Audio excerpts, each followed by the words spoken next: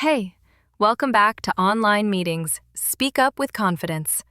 I'm Emily, and yes, Zach is here with me. If you enjoy learning by listening, tap subscribe so new episodes find you. Hey, good to be here. Quick story.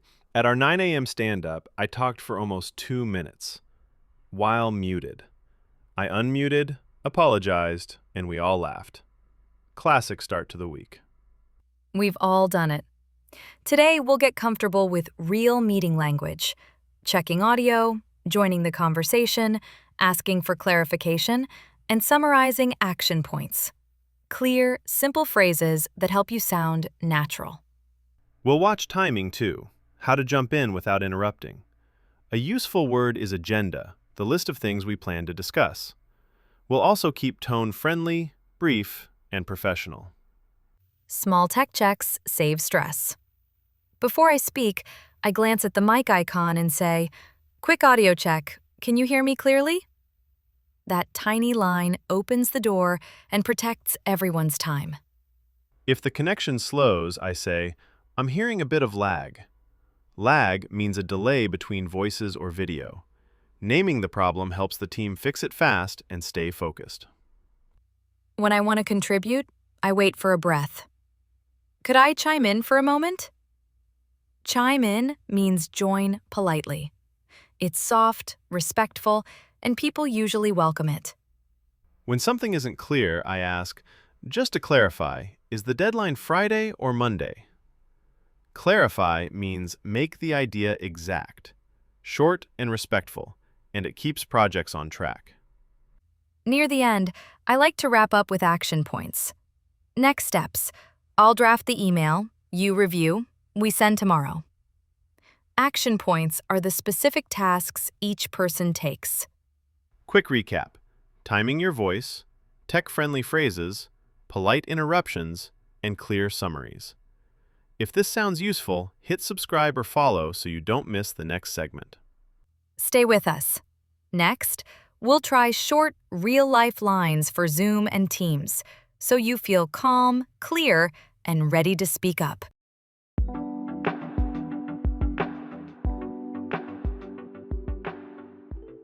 Okay, let's get into the very first minute of a call. I always start with a tiny routine.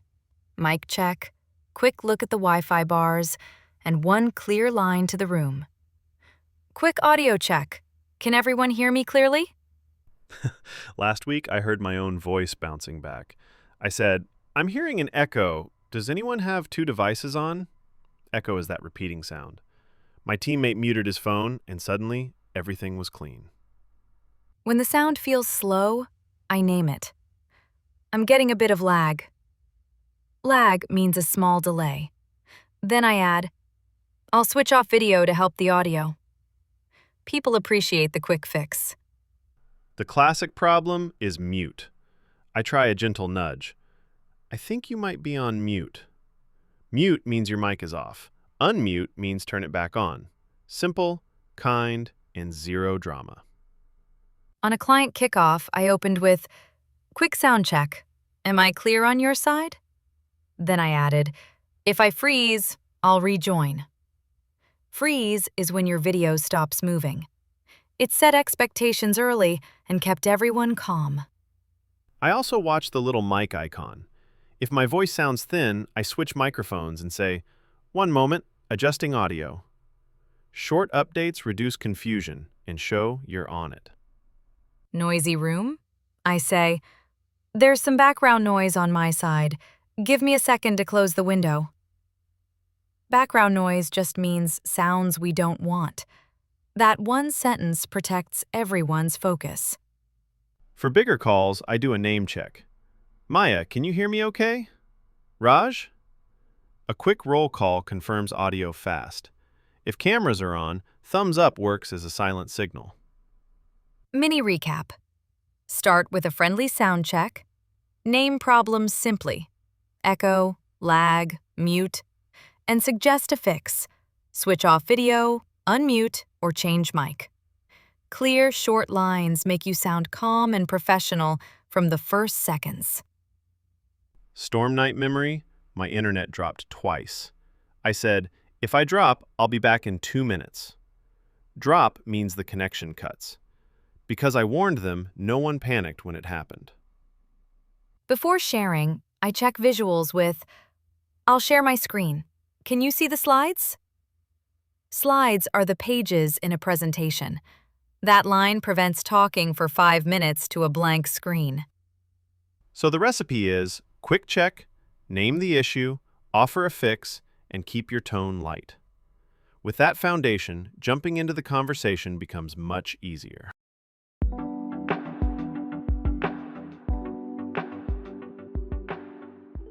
Group calls can feel like busy traffic. I watch for a small pause, a breath, or the little hand icon before speaking. When there's space, I lean in. I can add something briefly. In a cross-team meeting last month, people kept overlapping. I waited for Maria to finish, then said, "I'll jump in for 30 seconds." Jump in means join the flow quickly. That timer helped everyone relax. Speaking of that, I love time boxing. I'll say 2 quick points and really keep it short. Time box means you limit time on purpose, so your comment stays focused and respectful. When interrupting is necessary, I soften it. Sorry to step in, just to connect to what Maria said. Connect is a bridge word. A bridge links your idea to the last speaker, so it feels cooperative. In a brainstorming call, I used, "Could I add a quick note? Then I'll pass to Leo." Pass to means you give the turn to someone. Leo smiled because he knew I'd keep it short. Sometimes one person talks a lot. I let them finish, then I steer. I might be missing something. What does success look like here? If ideas drift, I park it. Let's put that in the parking lot. Parking lot means we save it for later. I also use the chat to back channel, tiny signals like agree or a thumbs up to show I'm listening. And I guide turns with a name plus a verb. Jin, after you, I'll add 1 point. With multiple time zones, delays happen. If I hear overlap, I clear the lane. Go ahead. Or, please finish, then I'll share mine. Finish gives the other person the floor. The floor means the right to speak. When we collide mid-sentence, I offer an easy reset. You go first. Then I paraphrase. So you're proposing a trial week? Paraphrase means say the idea in new words to confirm understanding, and it naturally returns the turn to me later. To close my turn smoothly, I use a clear exit. That's all from me. Over to you, Maya. Over to you passes the mic back. Keeping exits short protects the agenda and keeps momentum. Quick recap. Wait for a breath, time box your comment, use bridge words, and pass the mic by name. Soft language keeps the group calm and makes your ideas easier to hear. High-stakes client call last quarter. People were rushing. I said, "Mind if I jump in for 10 seconds?" I gave 1 sentence, then, "Back to you, Priya." Afterward, my manager said, "That was concise and helpful." Emily, how do you invite quieter voices without putting them on the spot? I worry about making someone uncomfortable. Private chat helps. I'll message, "If you'd like, I can bring you in after this slide." Or I ask in the room, "Nora, anything to add?" The phrase, "anything to add," is soft. It offers a door, not pressure. Nice. And when a debate heats up, I cool it with structure. 2 people in line, Sam, then Aisha. Line here just means order. Suddenly, it's not a fight, it's a cue. Final thought for this segment. Polite doesn't mean weak. It means clear. Name the turn, keep it short, pass it on. That rhythm makes group calls feel smooth, even when ideas move fast.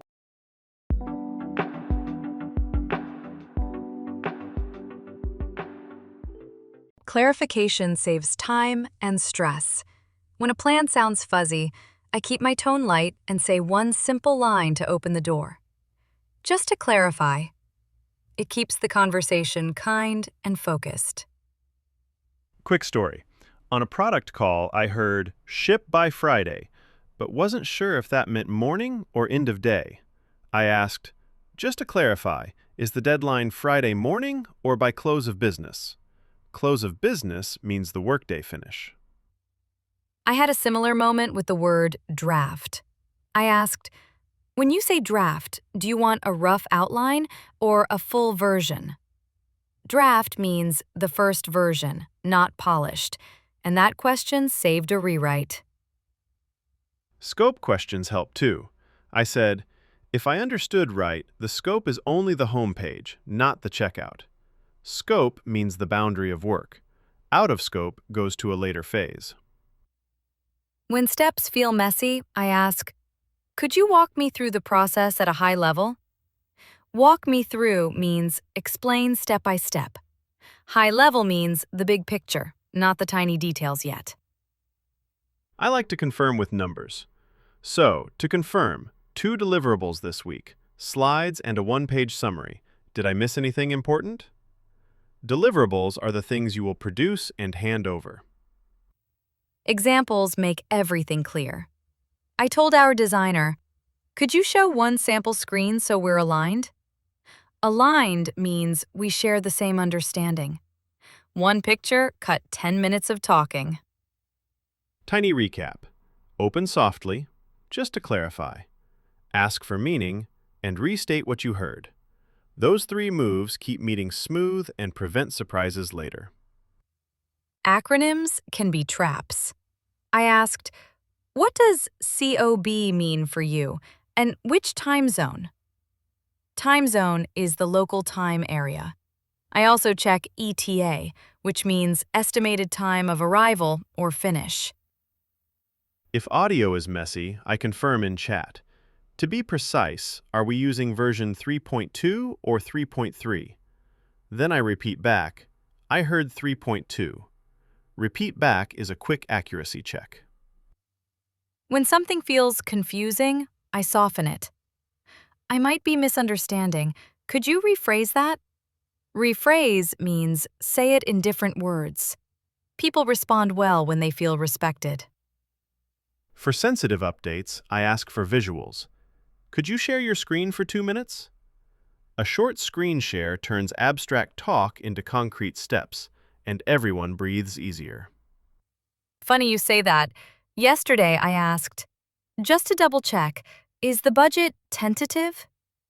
Tentative means not final yet. One clear word avoided a week of guessing. Final recap for this part. Signal politely, ask for meaning, restate key details, and confirm next actions. Clear questions are not a delay, they are progress.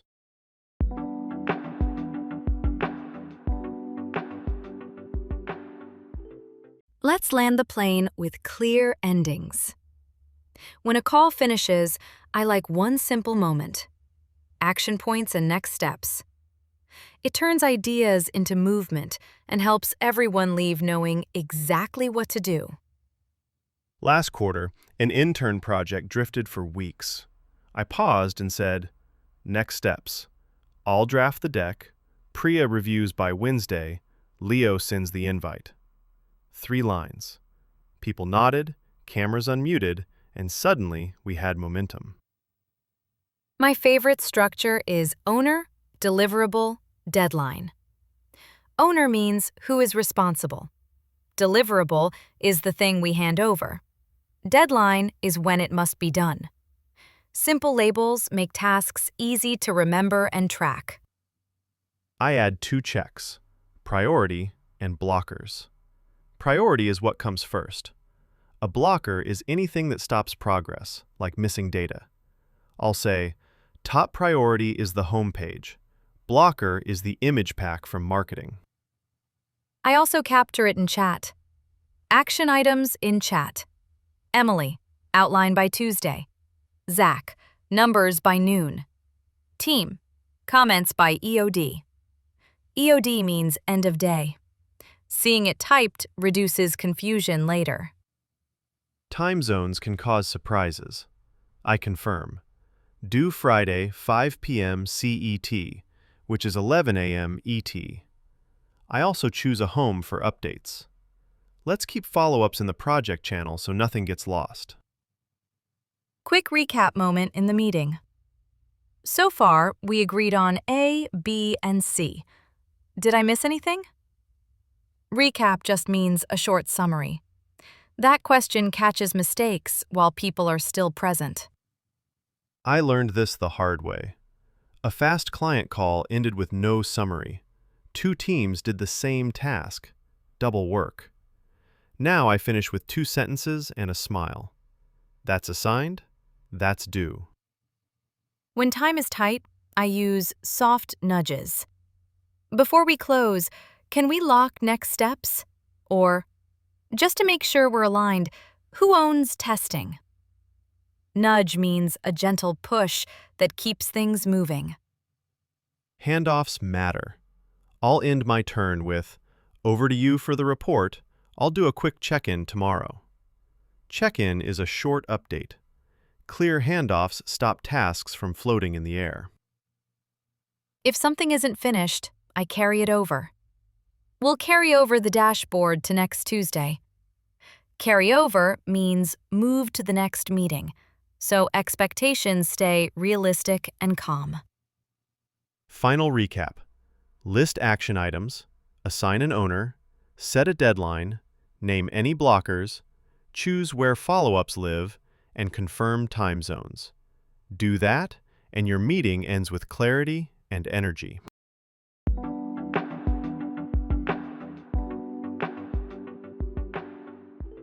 As we wrap up means finish, here's one last idea. Keep a tiny note beside your screen with 2 lines you trust. It lowers stress and makes your voice steady. I do that. On a sticky note near my webcam, I wrote, "Audio check, jumping in briefly, next steps." On a noisy call, I glanced down and sounded calm instead of rushed. My checklist goes like this. Tech check first, then one focused point, then confirm who does what by when. That order keeps meetings short and makes people feel taken care of. Practice in low-stakes spaces helps. I try it in team coffee chats and ask a friend to watch my timing. Do you have a favorite closer? When the room feels tired, I say, quick recap, then we're done. Recap means a short summary. I name 2 decisions, assign owners, and end with, thanks everyone. It brings a small lift.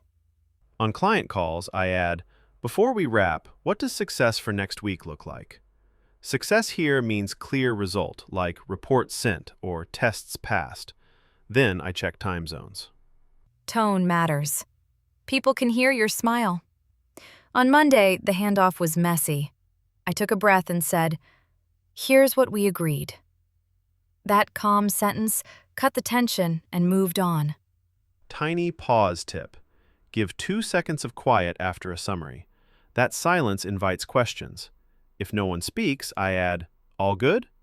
It's a gentle door for final comments. Pick one line to try this week. Maybe, I'll capture action items in chat, or over to you. Follow-up means a short update after the meeting. Small habits build confidence. If today helped, tap follow or subscribe and share your favorite meeting phrase in the comments. Tell us what works in your world. It gives others fresh ideas. Thanks for spending time with us.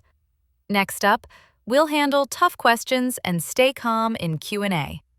Until then, speak clearly, keep it kind, and take the mic with confidence.